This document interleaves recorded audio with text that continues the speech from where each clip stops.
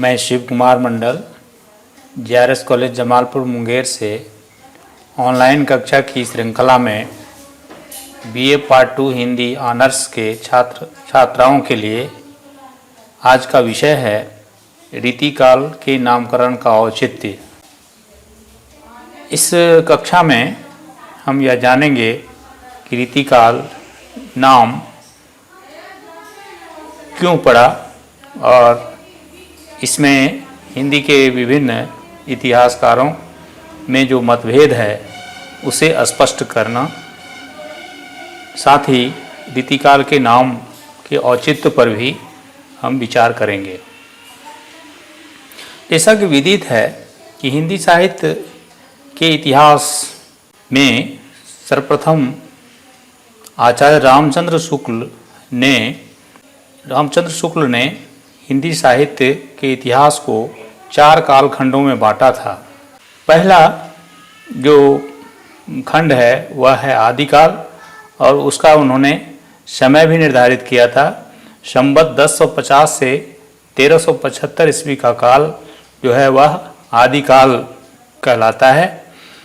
दूसरा जो काल है वह है पूर्व मध्यकाल। पूर्व मध्यकाल को उन्होंने भक्ति काल की भी संज्ञा दी थी।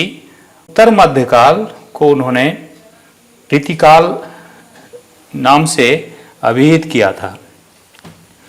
और चौथा काल है आधुनिक काल। आज का जो विषय है वह है रीतिकाल। हिंदी साहित्य का प्रथम वैज्ञानिक इतिहास लेखक पंडित रामचंद्र शुक्ल ने मध्यकाल को 2 भागों में बांटा, पूर्व और उत्तर। उत्तर मध्यकाल को उन्होंने रीतिकाल नाम से संबोधित किया और इस युग की समय सीमा संवत 1700 से 1900 माना। शुक्ल जी द्वारा दिया गया रीतिकाल नाम को लेकर हिंदी के अनेक आलोचकों और इतिहासकारों में मतभेद हो गया। मिश्र बंधुओं ने इस कालखंड को अलंकार काल कहा है। वहीं डॉक्टर रमाशंकर शुक्ल रसाल ने इसे काव्य कला काल कहना अधिक उपयुक्त माना है। डॉक्टर रामकुमार वर्मा के मत से इसका नाम कलाकाल होना चाहिए और पंडित विश्वनाथ प्रसाद मिश्र ने इसे श्रृंगार काल कहकर स्वीकृति दी है। इन नामों में अलंकार काल, काव्य काल और कला काल अधिक प्रचलित नहीं हो सका और इसलिए इस नामों की सार्थकता पर अधिक वाद विवाद भी नहीं चला है। मिश्र बंधुओं ने उत्तर मध्यकाल में अलंकारों की प्रवृत्ति अथवा प्रमुखता को देखकर इसे अलंकार काल कहना अधिक उपयुक्त समझा था। संस्कृत में अलंकार शब्द का प्रयोग 2 अर्थों में मिलता है, काव्य शास्त्र के एक संप्रदाय अथवा सिद्धांत के रूप में और समस्त काव्य शास्त्र के पर्यायवाची अर्थ में। संस्कृत में काव्य शास्त्र को अलंकार शास्त्र भी कहते हैं क्योंकि वह काव्यांग निरूपण की प्रवृत्ति का बोधक रहा है। अतः इस अर्थ को अलंकार काल नाम हो सकता है। लेकिन हिंदी में अलंकार शब्द का यह व्यापक अर्थ नहीं अपनाया गया। अलंकार के सीमित अर्थ के आधार पर जो हिंदी में गृहीत हुआ है उस कालखंड को अलंकार काल नहीं कहा जा सकता। अलंकार काल कहने से इस नाम में अव्याप्ति दोष आ जाएगा। यही कारण है कि मिश्र बंधुओं द्वारा दिया गया अलंकार काल नाम प्रचलित नहीं हो सका। इस तरह काव्य कलाकाल और कलाकाल नाम भी उस युग की प्रवृत्तियों का बोध कराने में सक्षम नहीं है। कलाकाल नाम वाच्यार्थ बोधक है, इससे अंतरंग प्रवृत्ति का बोध नहीं होता, इसलिए इस नाम की सार्थकता सिद्ध नहीं हो सकी। उत्तर मध्यकाल में मुख्यतः रीतिकाल और श्रृंगार काल नाम को लेकर चर्चा रही। आचार्य शुक्ल ने रीति शब्द को लक्षण लक्ष्य के व्यापक अर्थों में ग्रहण किया और इसी आधार पर इस युग का नाम रीतिकाल रखा। संस्कृत में रीति शब्द विशिष्ट पदरचना पद्धति, काव्य मार्ग आदि अर्थों में प्रयुक्त हुआ है। लेकिन हिंदी में रीति शब्द का ठीक वही अर्थ नहीं ग्रहण किया गया, बल्कि रीति का अर्थ विस्तार हुआ है। हिंदी में यह शब्द प्रायः लक्षणा अर्थों के लिए प्रयुक्त होता है। जिन ग्रंथों में काव्य रचना संबंधी नियमों और सिद्धांतों का विवेचन किया गया है उन्हें रीति ग्रंथ कहते हैं। शुक्ल जी ने इसी व्यापक अर्थ को ग्रहण करते हुए इस कालखंड को नया नाम रीतिकाल दिया। यह व्यापक अर्थ भी शुक्ल जी ने उस युग के कवियों से ही ग्रहण किया था। चिंतामणि, देव, सोमनाथ, भिखारी दास आदि रीतिकालीन कवियों ने इसी अर्थ में रीति शब्द को ग्रहण किया था। चिंतामणि के अनुसार रीति सुभाष कवित्व की वर्णन बुध अनुसार, वहीं देव कहते हैं अपनी अपनी रीति के काव्य और कवि रीत। भिखारीदास कहते हैं काव्य की रीति सिखियोसु कविन्नसों। इस से स्पष्ट होता है कि यह रीति शब्द का प्रयोग तत्कालीन कवि संपूर्ण काव्य प्रणाली के अर्थ में करते थे। और दूसरी बात यह है कि रीति शब्द के पहले कोई न कोई विशेषण लगा हुआ है, जैसे छंद रीति, कवि रीति, अलंकार रीति। इससे स्पष्ट होता है कि उस युग में रीति शब्द केवल एक सिद्धांत के लिए ही प्रयोग नहीं किया जाता था, बल्कि वह व्यापक अर्थ में संपूर्ण काव्य शास्त्रीय विवेचन का बोधक था। शुक्ल जी ने रीतिकाल नाम देने में इसी व्यापक अर्थ को अपना आधार बनाया। आचार्य शुक्ल द्वारा दिया गया रीतिकाल नाम तर्कसंगत और सार्थक तो है, परंतु इस नाम की कुछ सीमाएं भी हैं। इस नाम से ऐसे कवियों का बोध होता है जिनमें कवित्व और आचार्यत्व का सम्मिलन था, जो स्वतंत्र रूप से काव्य रचना न करके लक्षण उदाहरण की सीमा में बंधे थे और बहुत कुछ काव्य रूढ़ियों, उपमानों और पद्धति की दृष्टि से प्राचीन परिपाटी से बंधे हुए भी थे। लेकिन इस आचार्य कवियों के अतिरिक्त अन्य कवियों का एक ऐसा वर्ग था जो रीति की परिपाटी से बंधा नहीं था। उनका प्रयोजन केवल कविता करना था, कविता सीखना नहीं। काव्य और शास्त्र दोनों परंपराओं से मुक्त थे। ऐसे कवियों को कहाँ रखा जाए, यह समस्या शुक्ल जी के समक्ष भी खड़ी हुई थी। इसलिए उन्होंने आलम, घनानंद, बोधा, ठाकुर आदि कवियों को रीतिकाल के अन्य कवि नामक स्वतंत्र खाते में डाल दिया। वस्तुतः शुक्ल जी की ऐतिहासिक और आलोचनात्मक दृष्टि बड़ी पैनी थी। वे रीतिकाल नाम चुनते समय उनकी सीमाओं को भी ठीक से समझ रहे थे। वे अच्छी तरह जान रहे थे कि इस नाम से कवियों की बाह्य वृत्ति अथवा प्रतिपाद्य विषय का ज्ञान नहीं होता है। इसलिए उन्होंने संकेत कर दिया था कि वास्तव में श्रृंगार और वीर इन दो रसों की कविता इस काल में हुई। प्रधानता श्रृंगार की ही रही। इसलिए इस काल को रस के विचार से कोई श्रृंगार काल कहे तो कह सकता है। रीतिकाल नाम रखते समय उनके समक्ष एक और कठिनाई आई थी और वह था इस काल का उपविभाजन। संभवतः अधिक ग्रंथ उपलब्ध न होने के कारण शुक्ल जी रीतिकाल का उपविभाग नहीं कर पाए। उन्होंने अपनी असमर्थता को स्वीकार करते हुए लिखा भी है कि रीतिकाल के भीतर रीतिबद्ध रचना की जो परंपरा चली है उसका उपविभाग करने का मुझे कोई संगत आधार नहीं मिला। रचना के स्वरूप आदि में कोई स्पष्ट भेद किए बिना विभाग कैसे किया जा सकता है, यही वह कठिनाई है जिसके कारण उस युग के अनेक कवियों को शुक्ल जी ने स्वतंत्र अध्याय के अंतर्गत विवेचित किया है।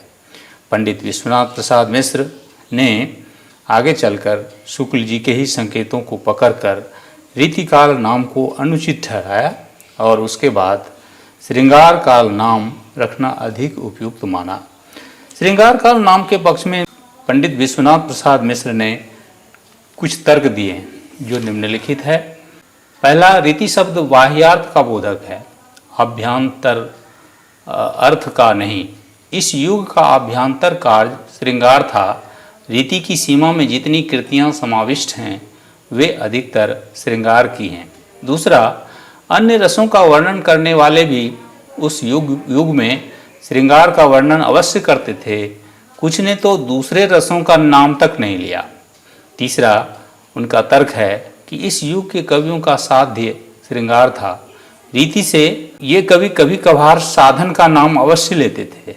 चौथा, यदि तत्कालीन परिस्थिति पर विचार करते हैं तो उस युग के कवियों का प्रतिपाद्य श्रृंगार ही ठहरता है। पांचवा, रीतिकाल नाम से अव्याप्ति दोष हो जाता है, इससे उस काल के अच्छे अच्छे श्रृंगारी कवियों को छोड़कर अलग करना पड़ा। आलम, ठाकुर, घनानंद, बोधा, द्विजदेव जैसे प्रेम के उमंग भरे कवि किसी रीति ग्रंथकार से काव्योत्कर्ष में कम नहीं है, पर रीति की सीमा में वे नहीं समा सके।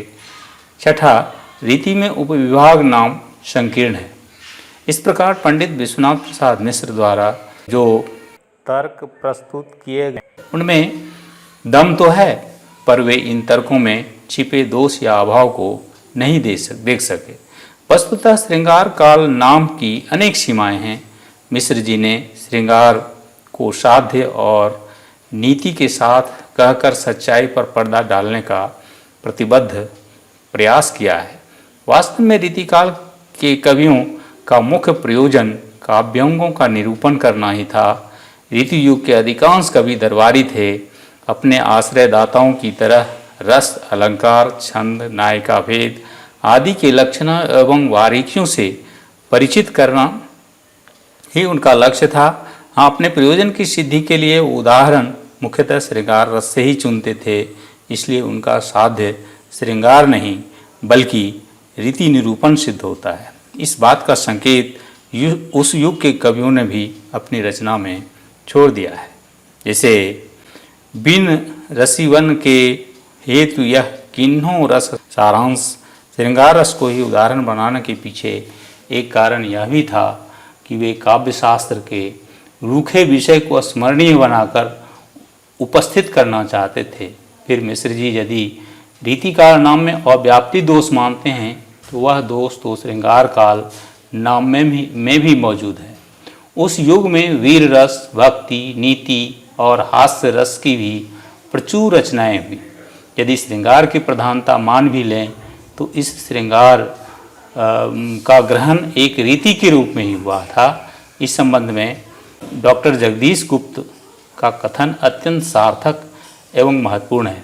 डॉक्टर गुप्त लिखते हैं कि रीति हिंदी साहित्य के उत्तर मध्यकाल की उस प्रेरक और व्यापक प्रवृत्ति को व्यक्त करता है जिसके भीतर कला, कौशल अथवा श्रृंगार प्रियता आदि का किसी न किसी प्रकार अंतर्भाव हो जाता है और अंततः उनकी तुलना में वही अधिक महत्वपूर्ण प्रतीत होने लगता है।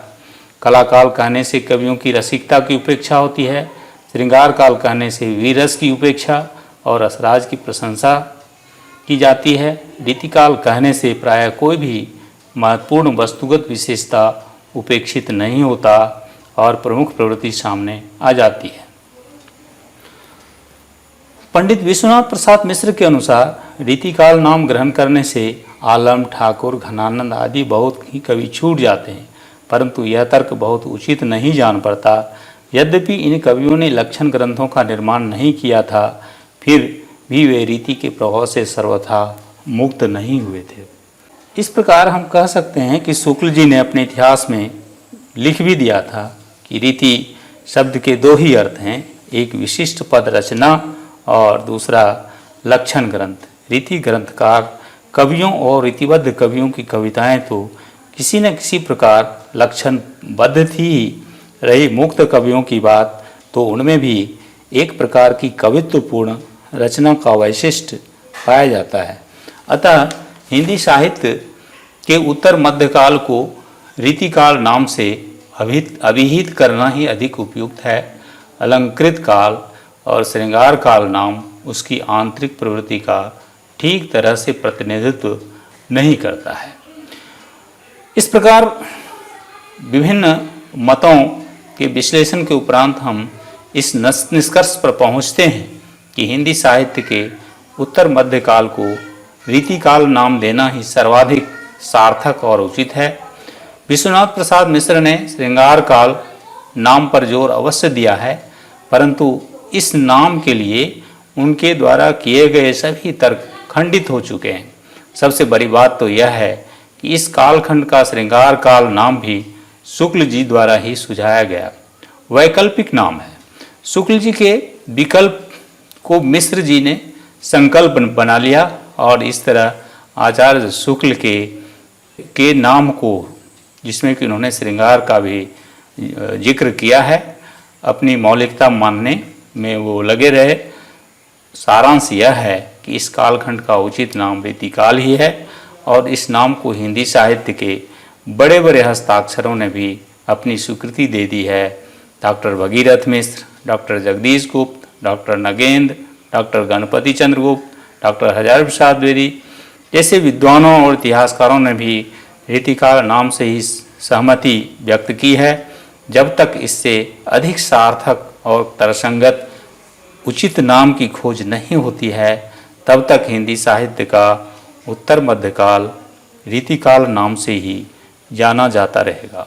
इस प्रकार हमने इस वर्ग में देखा कि रीतिकाल नाम को लेकर विभिन्न विद्वानों में कितना मतभेद है और उन मतभेदों का जिक्र करते हुए अंततः हमें आचार्य शुक्ल के द्वारा दिया गया नाम ही उचित जान पड़ता है और वह सटीक भी है तथा युगबोध को भी वह समेटने में सक्षम है। अतः हम निष्कर्ष रूप में कह सकते हैं कि हिंदी साहित्य का जो उत्तर मध्यकाल है उसको रीतिकाल नाम देना ही उचित है। आज का यह वर्ग यहीं पर समाप्त होता है। धन्यवाद।